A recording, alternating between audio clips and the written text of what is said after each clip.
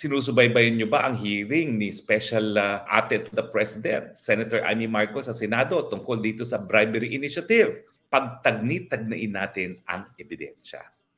Unang pinakaimportanteng ebidensya, nagpulong ang mga di umano nasa likod ng pirma kasama si Speaker Martin Romualdez sa pamamahay nito sa Forbes Park. Ano ibig sabihin nito? Well, dati-rati kasi kung todo tangge ang speaker na makinalaman siya dito sa bribery initiative. Aba, dinabuking, napilitan siyang mag-issue ng statement na siya daw ay, quote-unquote, facilitator. Ano kaya ibig sabihin ng facilitator? Ayaw niya kasing aminin na siya ang pasimuno. Bakit kasi nung una, itinanggi mo na meron kang kinalaman dyan sa bribery initiative. Kung talagang facilitator ka lang, bakit kinailangan pang ipalabas itong larawan nito bago mo aminin na ikaw ay facilitator? Alam niyo lang sinasabi, pag mayroong pagsisinungaling, merong itinatako. Pero ano pang lumabas na ebidensya sa hearing? Abay, itong pirma pala, 20 years na walang buhay as a corporation. So paano ngayon magpapasimuno yan ng pirma kung patay na pala sila for the past 20 years? At ngayon lang nila tinatangka na buhayin muli sa Securities and Exchange Commission ngayong nagdidinig na ng hearing ang Senado. Diba? Pangatlo, saan galing yung pera na 55 million na ginamit para sa EDSA Puera Commercial? O, di ba nung hearing, ang sabi nila, right to privacy. With all due respect, Special Ate to the President, hindi mo po dapat tinanggap yun. Kasi yung Data Privacy Act po, isa sa exception dyan, kapag merong criminal act, dapat ilabas po yan. Bakit criminal act yan? Kasi yung krimen na naisip ko ngayon ay hindi pagbabayad ng donor's tax. Kinakailangan po, pag merong mga nag-donate ng pera, kinakailangan magbayad ng donor's tax. So yung hindi pagbabayad ng donor's tax mismo ay illegal at hindi dapat gamitin ang Data Privacy Act para palusot. Pangalawa, abay napakatindi po ng ginawa ng pirma. Namimili ng boto, naglilin lang na ayuda ang kapalit. So sa akin po, this is contrary to law, public morals, and of course, it bastardizes the Constitution. So dapat po yan mailabas. Kung ako si Special Ate to the President, ipapakontempt ko yan kapag yan ay hindi nagsabi kung sino yan. Dahil investigasyon po ng Senado, that is plenary in character, hindi po dapat ini-invoke ang right to privacy. Siguro po pwede ang right against self-incrimination, yung idadawit mong sarili mo sa krimen. Pero ang privacy ay doubted po kasi public talaga ang hearing dyan at saka hindi naman po data privacy hinihingi dyan. Ang tinatanong natin talaga ay kung sino ang nagbigay ng donasyon na meron tayong karapatan malaman kasi tinitingnan nga natin kung itong bribery initiative ay nanggaling nga sa taong bayan o nanggaling sa politiko. So ano pa ang ebidensyang nakalap? Well, syempre, nandyan na yung email na siniwalat ni Super Ate to the President na nanggaling sa tanggapan ni Mr. Speaker na nagbibigay direksyon sa lahat ng mga kongresista na kinakailangan kumuha na sila ng 3% na pirma sa kanilang mga distrito dahil kinakailangan nga po 12% nationally tsaka 3% per district. Meron pang akat. Siyempre, ang dami ng testigo na nagsabi na nung pinapirma sila, yan daw ay para sa ayuda. Siyempre, sino ba naman ayaw sa ayuda kaya pumirma sila.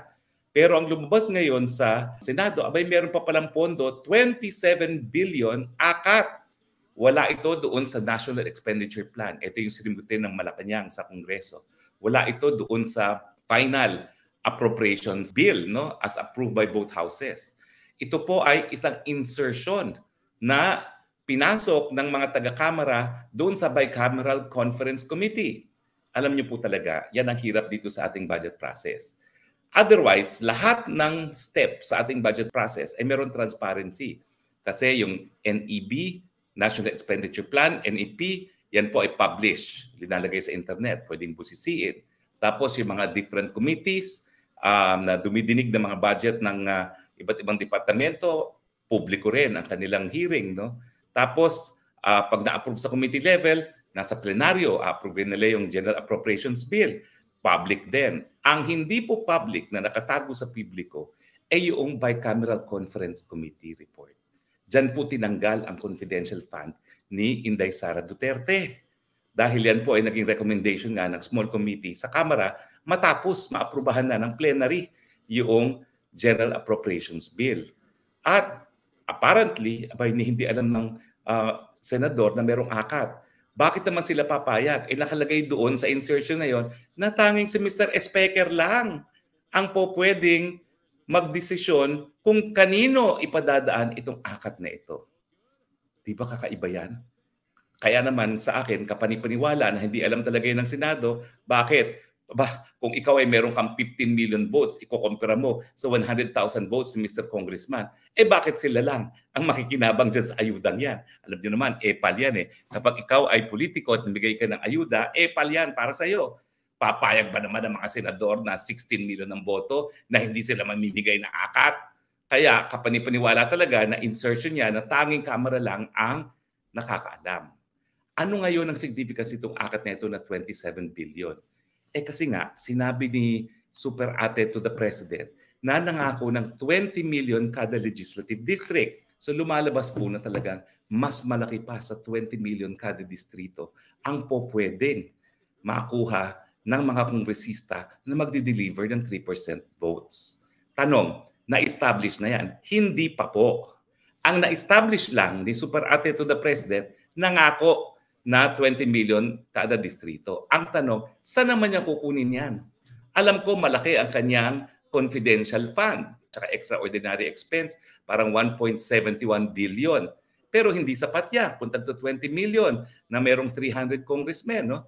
So posible po, yun po, teorya pa lamang, posible na ang pagkukunan ng 20 million kada distrito ay itong akat na tanging si Speaker lang ang po pwede magdesisyon kung kanino pupunta. Ngayon lang po ko nakarinig ng ganito na ayuda, hindi galing sa Presidente ang proposal, galing mismo sa House. At tanging si Speaker lang ang magdidesisyon kung paano gagastusin. Paano mga senador? Ang mga senador na 16 million ng boto, si Speaker, o sabihin na natin 150,000. Ano ba naman yung 150,000 na boto kung i-compare mo sa 16 million? Sino ba ang mas may karapatan magbigay ng ayuda? Yung binoto ng 16 million o yung binoto lang ng 150,000? Di ba? Sentido ko mo naman. Bakit papayag ang Senado kung nalalaman nila yon? 55 million na di umano ginapit sa commercial, hindi po yan ang galing sa donors. Bakit? Dahil kung meron po yan galing sa donors, dapat siniwalat ang pangalan, dapat tinignan kung nagbayad ng buwis. Anong mga possibility? Galing po yan sa Kongreso mismo. Tingin nyo ba gagastos ng personal na pera si Speaker? I doubt it. Pero gagastos siya ng pera ng kaban ng bayan? Posible. At siguro nga po, itong akat neto na 27 billion na tumataginting, ito po ang magpopondo para sa bribery initiative. Nakakaskandalo, nakakasuka, nakakadiri. Na ang tinawag na People's Initiative dapat manggaling sa taong bayan. Ginagamit kaban ng bayan para bilhin ang mga lagda. Mahiya kayo sa inyong mga sarili. At to paraphrase and to quote, Super Ate to the President Amy Marcos and Senator Chis Escudero, ang kakapal ng mga muka ninyo. Pero siyempre, dahil makapal ang mga muka, hindi tinatablan.